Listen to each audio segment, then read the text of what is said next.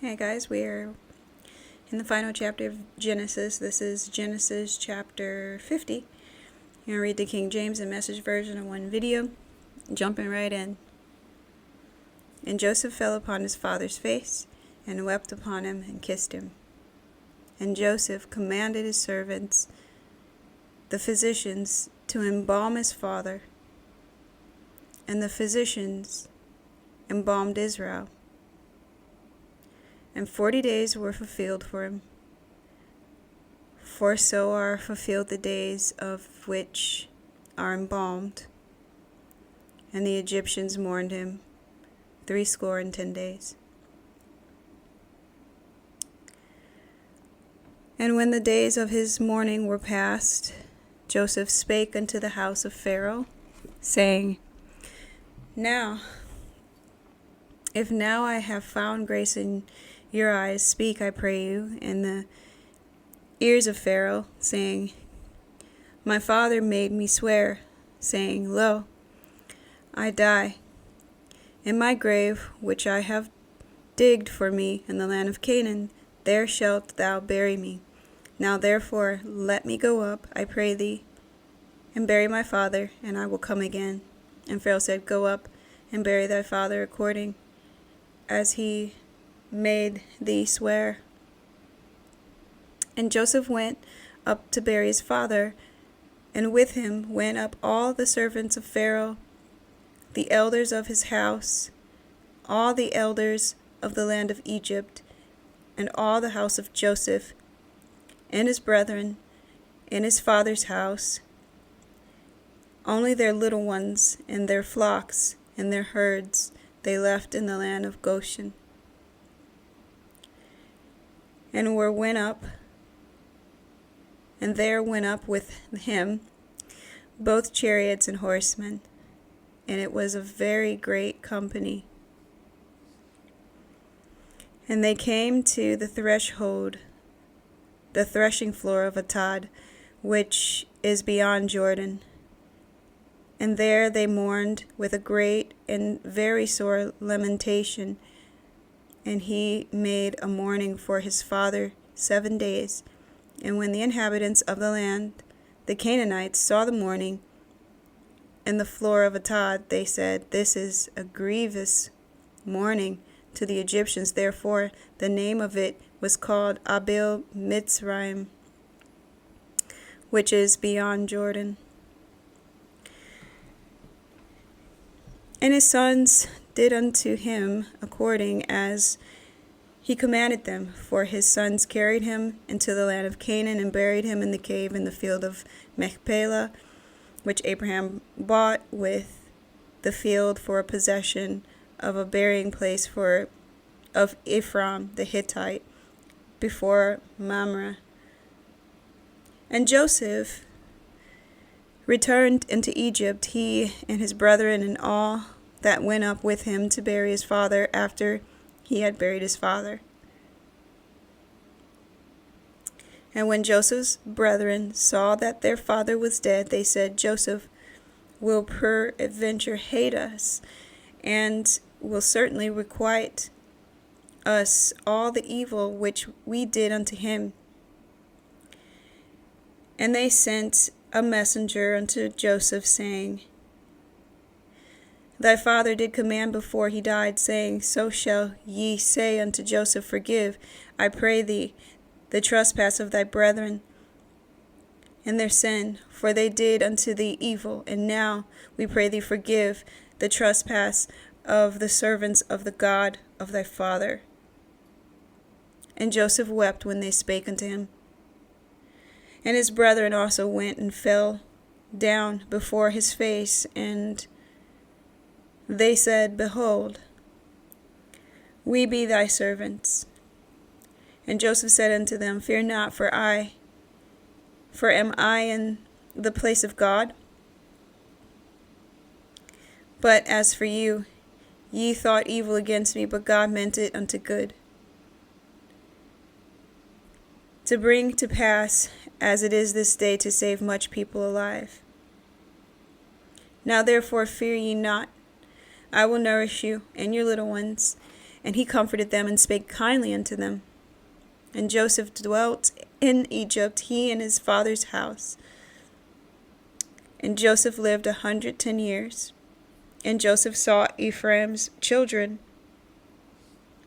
of the third generation, the children also of Machir, the son of Manasseh, were brought up upon Joseph's knees. And Joseph said unto his brethren, I die, and God will surely visit you, and bring you out of this land into which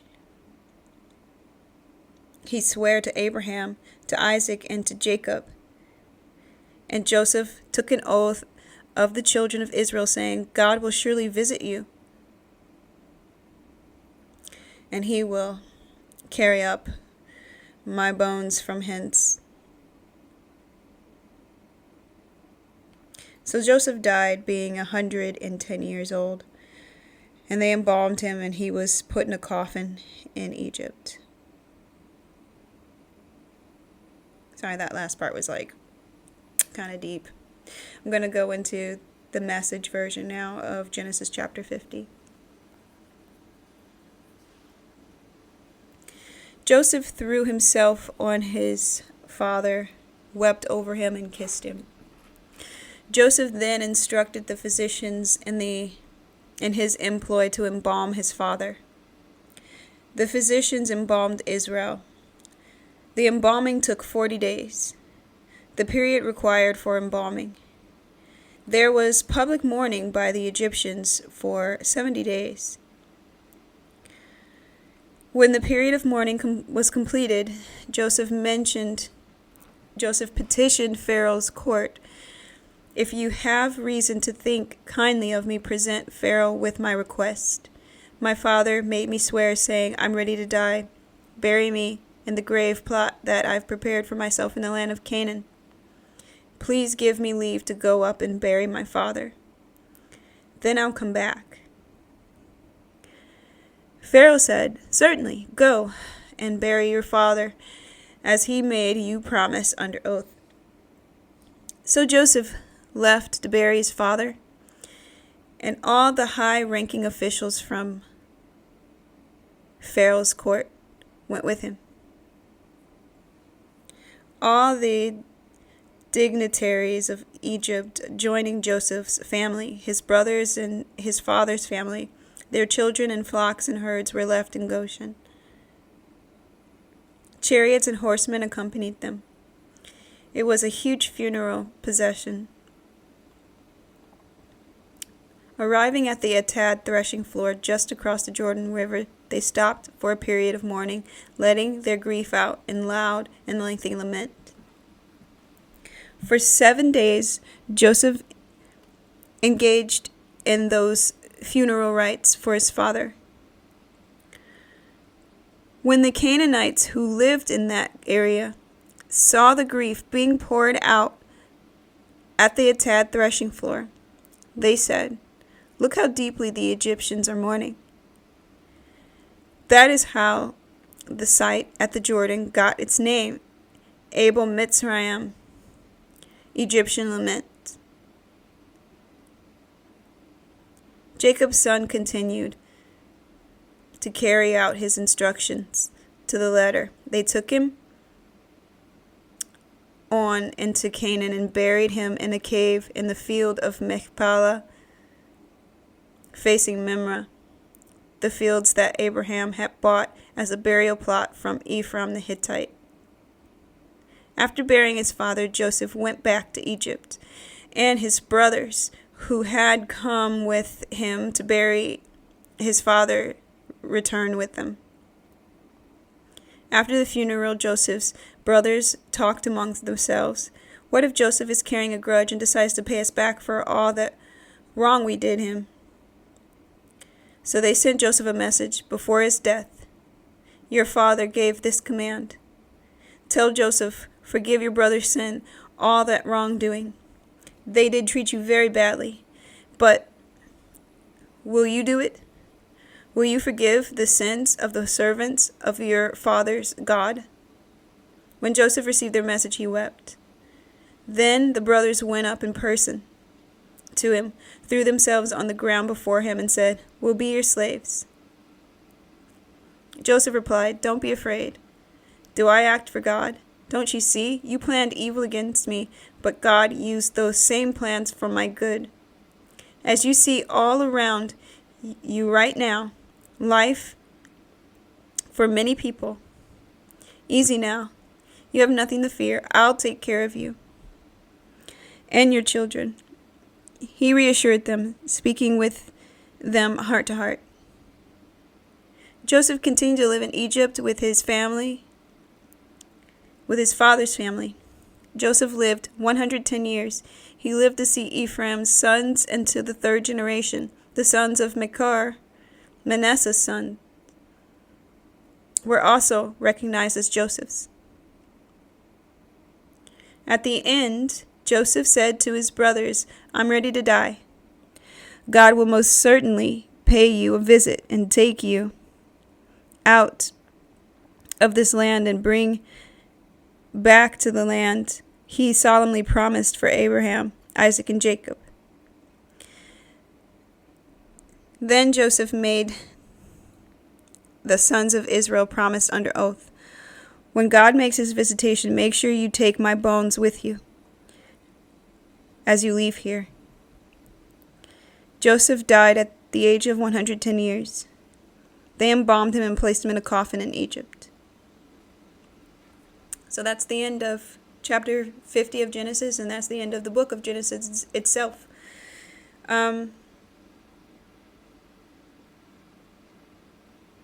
There's a lot of foreshadowing happening here, I guess, for the book of Exodus, which is next.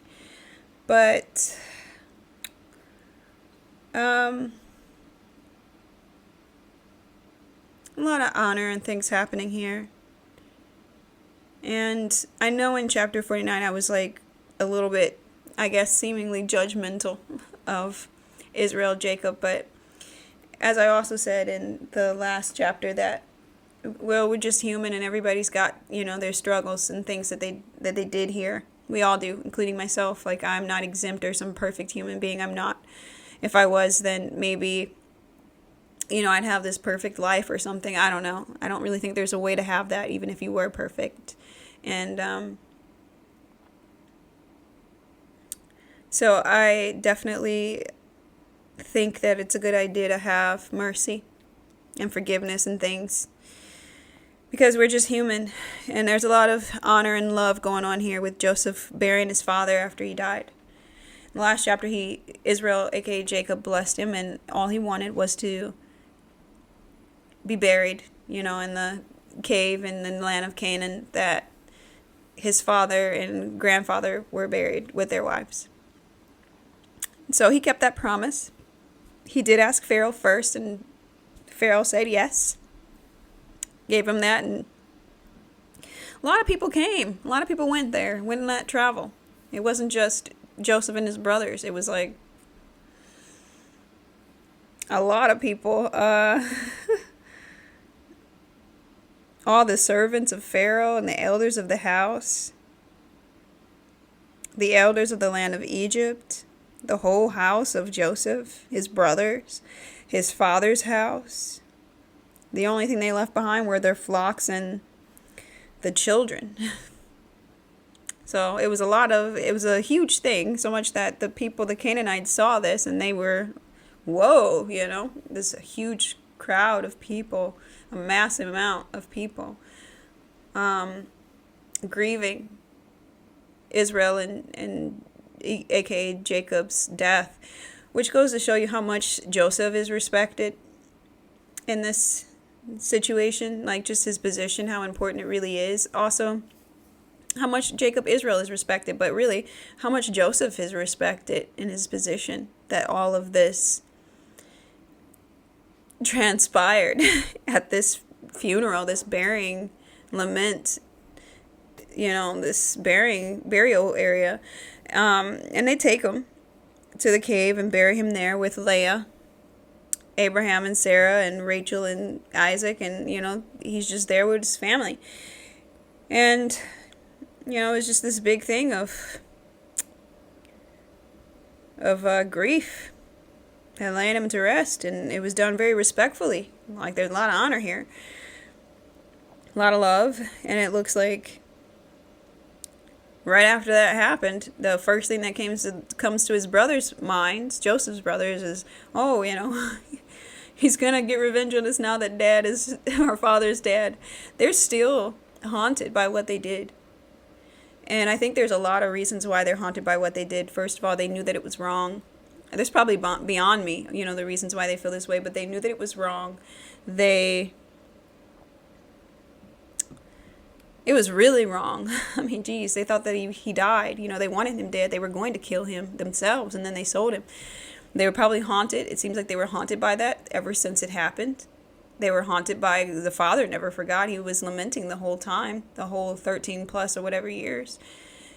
And their lives kind of didn't really go so great after they'd done that. It was like God made justice in their own lives based on just their own sins and their own sinful characters. Still, he used Joseph for good, and I like that Joseph really said that in here. He's like, don't fear, don't be afraid, I'm not gonna hurt you. It says in verse 20 of the King James Version. No, verse 19, I'm going back that way.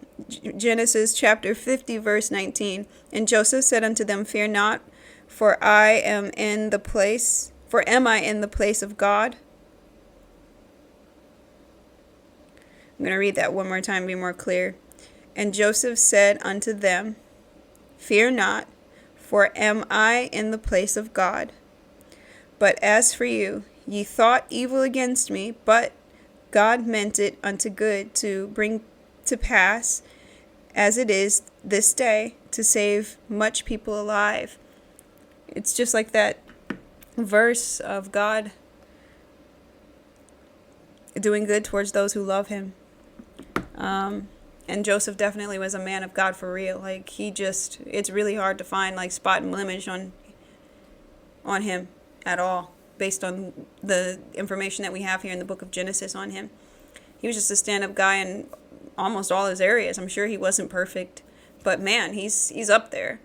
And God had his back the entire time. God was watching over him and making sure that he was taken care of, even in the seemingly worst looking situations. And I'm sure there were many nights that, while he's sold off into Egypt, or with that whole Potiphar thing, or in jail for all those years, I'm sure there were nights that he was just really like hurting, knowing that it was undeserved what happened to him and how he was treated. He may have even thought that his brothers got away with it and are living this great life. Now I'm assuming a lot of things, but I'm sure he was hurting, because there's clues in this book of him wanting to be free, wanting to get out, and not being able to, despite, being on his best behavior and doing the right thing in all these scenarios that brought this misfortune on him. His brothers just felt, even after all of this, even after the brother had helped them, even after he brought them to Goshen and they lived well and they were favored in the eyes of Pharaoh, they were even set apart in their own green, lush land, they still were holding on to the wrong that they'd done him. They still had that in the back of their mind and their heart. They still had that, like the guilt. They were still convicted by that. So much that Joseph he wasn't even aware that they were still holding on to it to this day, to this day that the father had died and they buried him. He didn't know that they were still holding on, but they were still holding on to it. And it just goes to show you, I mean, there are some people out there that just have no remorse and things, but I think even the most evil, aside from maybe a few choice souls out there, if they have them, but most people in general, even some of the worst behaving people, they know that what they do is wrong.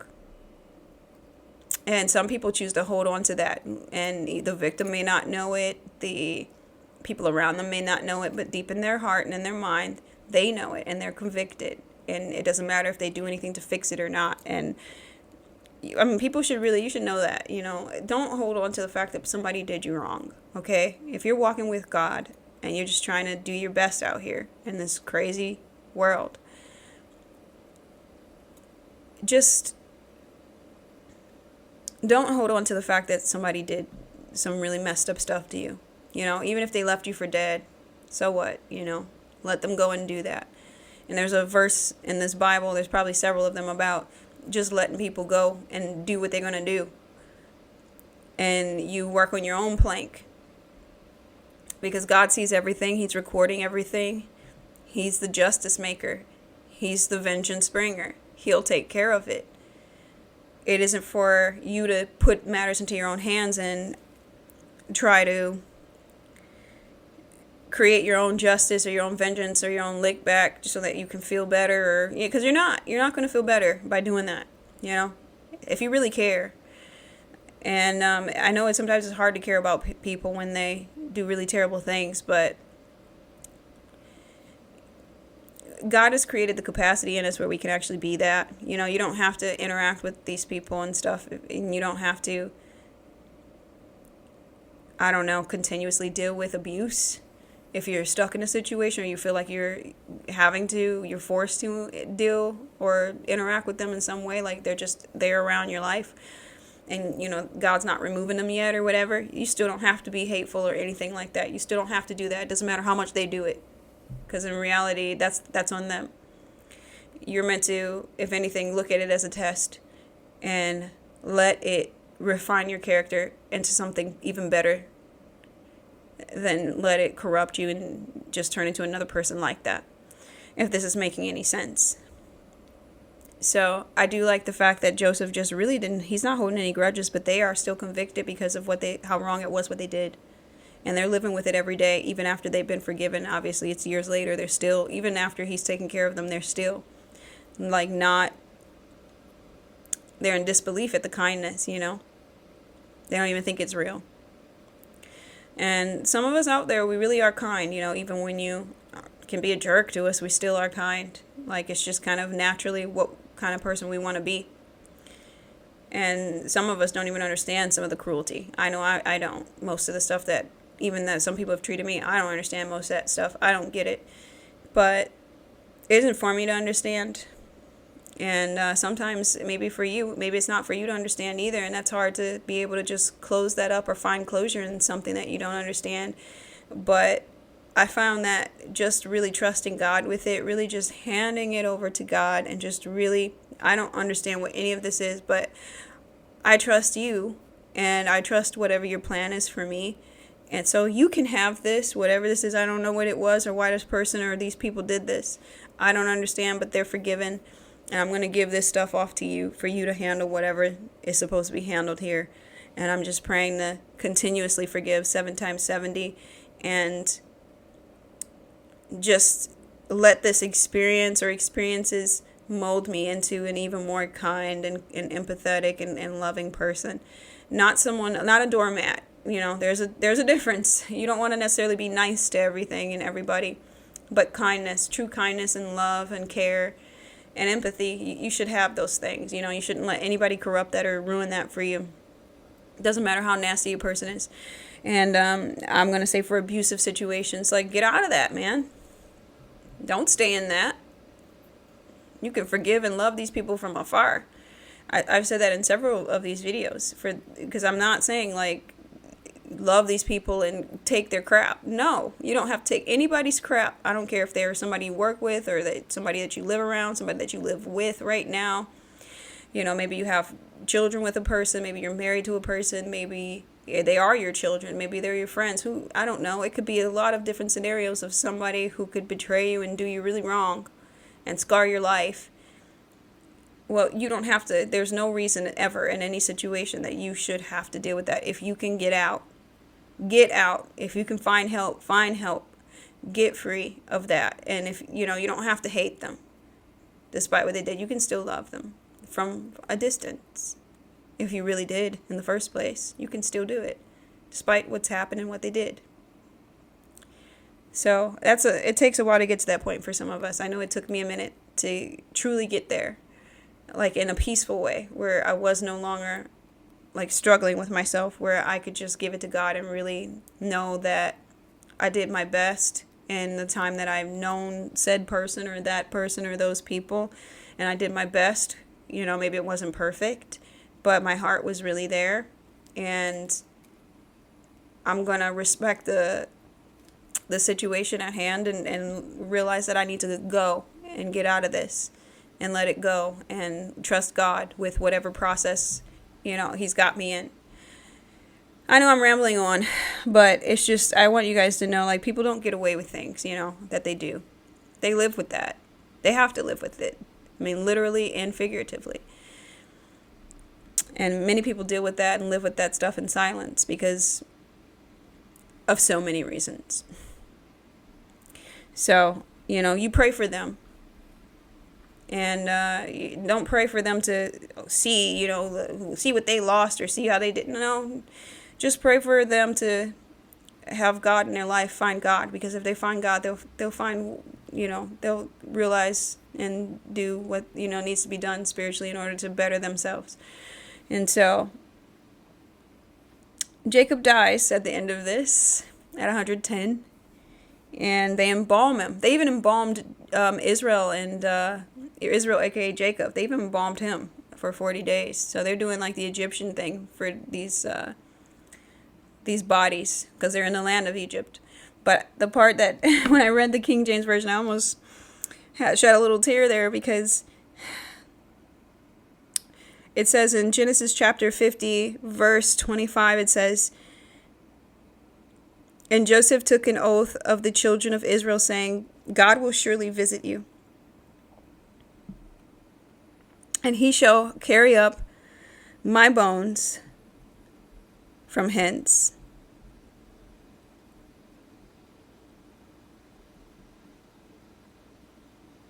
I'm sorry, I'm going to go back a little bit further to verse 24. "And Joseph said unto his brethren, I die, and God will surely visit you, and bring you out of this land unto the land which he sware to Abraham, to Isaac, and to Jacob. And Joseph took an oath of the children of Israel, saying, God will surely visit you, and ye shall carry up my bones from hence." I mean, I love that he repeats it. He's coming. God said he's going to do it, and he means it. And this is a man that he really did truly live by the ways of God. He really was a man of God in all the ways that you could see in his life that you saw, that we read here in Genesis. He got to experience firsthand how God really was just there with him the whole time. God was with him, really with him, and guiding him in his life and using him and making him prosperous in just so many things, loving him. He knows that God's word is true. He lived it, He lived it through the suffering, even when he did what was right.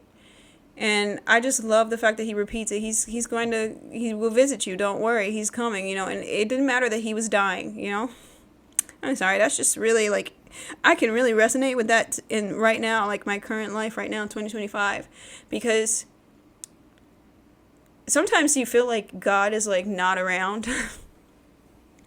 because there's so much spiritual warfare and there's just so much stuff that just kind of doesn't make sense. That's just so mean or wrong or just pointlessly cruel. Some people are just really nasty. I know I've dealt with that over the last few years. Just people I don't even know, that just some of the most hateful people or racist or whatever's going on. It just doesn't make any sense.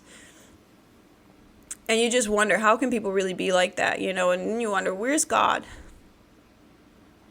Because you just want to get away from stuff like that. You just want to get away and be around something that is more peaceful and caring and just normal. And for me, it's I'm waiting for God to get me out of my Egypt that I'm in right now. I've been waiting a long while for him to get me out. And I just keep hearing messages, especially when I'm really crying out to him the most. He just tells me some way or another, and it's always through his word. And somewhere or another, even if it's audio or something, he will find a way, even if it's through another person. But he's been letting me know that he's working on it, He's not some far away. And he's going to deliver me too. And it's just when I read that, it just really made me think of my own life and how God's going to get me out of my Egypt. He's going to deliver me from hateful people and environment that is just not good. That's just so pointless and cruel. And we just have to believe in him that he's going to do it. And I believe so much. Like, I can see him, gosh, he just, he saw that guy was very upset, and he just really, and this is part of having that relationship. He will come and tell you. He won't leave you to think that. I'm sorry, I don't mean to, like, be crying about it, but it's just true. Like, he's so kind, guys. If you don't have a relationship with him, please, like, there is nothing like it in all of existence than a relationship with God. Like, he just really is. He is the relationship. He just don't let you just sit there and suffer. Even if it seems like it's hard and you're like in a prison like Joseph, or getting wrongfully accused by Potiphar's wife, whatever it is, or getting betrayed by your family that you thought loved you and they left you for dead, all kinds of stuff, God sees everything and he's got your back. He's not going to let, if you're walking with him, and you're crying out to him and you're doing your best, you're really trying to carry that cross and be on that narrow path and follow his ways. He's not going to just leave you and let you suffer, even if it looks bad. The bad that you're dealing with, and I'm told this constantly, it's spiritual warfare. It's because there's something real special about being in a relationship and following God. If you're not following God, or the people that aren't, that you're around and you are, they're going to hate you. Because you got that light and that spirit in you. They're going to hate you. They don't even know why. And that's why you got to look at it for what it is. It's like, oh, wow, these people are cruel for no reason. It's a spiritual thing. They got demons in them that are irritated by that Holy Spirit light that's residing in you, trying to live right and live down that narrow path and follow God. They don't think it's that, the human beings that are being used for, they don't have the Holy Spirit. They got some other spirit, right? They don't know, but that spirit in them knows. So they make up the human with the demon in them, or demons.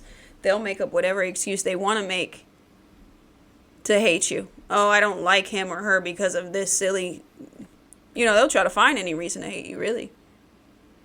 So just this whole, Joseph not seeing, he's dying, he's not seeing God delivering Israel, the people, the tribes. He's not seeing them be delivered. He's not going to witness it in his lifetime.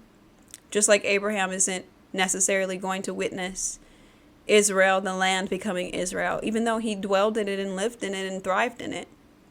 Which is another aspect to this whole thing, because he did inhabit that land. But the full version of it just becoming the land for this particular people, the people of Israel, they didn't get to really see this. And at this point, it seems so far because they're in Egypt. They're so far from there now. They're not even in the land like Abraham was, let alone own the land.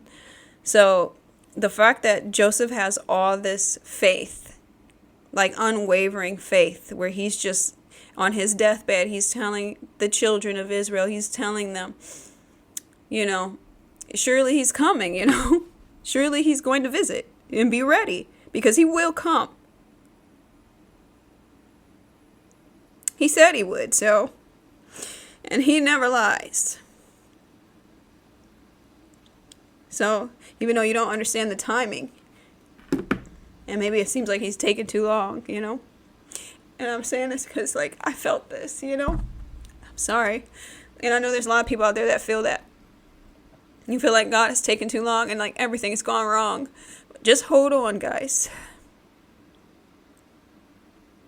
He's coming to help. Believe in him, because he doesn't lie, and his words never return void. He really means what he says. And his timing is perfect. So just wait. Wait for the kindest and most loving being.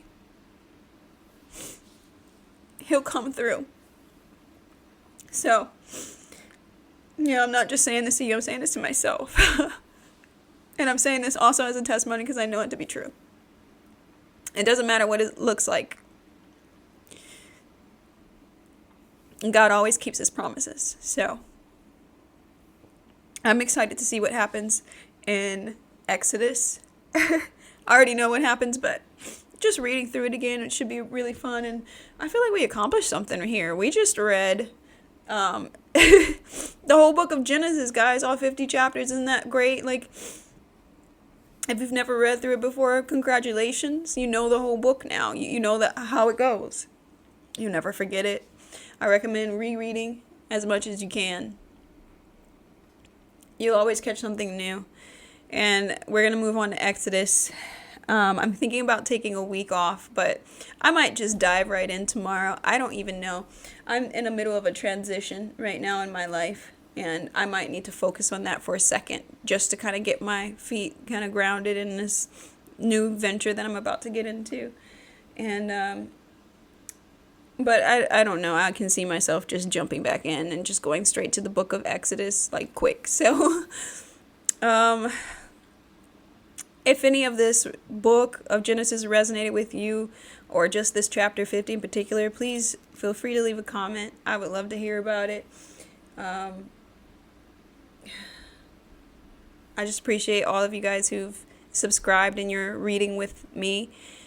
And just, reading the words of God, just reading it, even if you don't understand it all in the first read, or just even right now, just reading the words of God can be so comforting.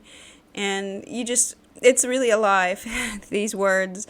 And you just find yourself sometimes reading a random book like how we just did, and it really resonating with your real life and helping to increase your faith and helping to understand God so much more. But I'm running on, which is never a bad thing when we're talking about God, but I think I'm going to end this video here, and I just really appreciate you guys, all of you who subscribed and reading the Bible with me, and we're just really vibing with God and His Word. And I just pray so many blessings over you guys every day. I'm praying that you get closer to God all the time, and I even pray for the people who supposedly hate me or have done me wrong, like here with Joseph. It's okay. Like, you can just love them, and pray for them and want good things for them in terms of not material good, but like spiritual good, like for them to have a heart of flesh instead of a heart of stone, and remove the scales from their eyes and help them to see the truth, so that we're not saying forgive them for they know not what they do, but have them be actually consciously, spiritually awake and understand more about what this thing called life, this short life that we have, what it's all about, so they don't waste it chasing and behaving and doing things that are just about the pursuit of materialism and things that don't last. So thank you guys once again for all the subscribers from Genesis, the book of Genesis, and I look forward to reading Exodus with you guys. It's just going to be so much fun. So God bless you, and I love you. God bless. Many, many, many blessings. I hope you have a good day. Bye.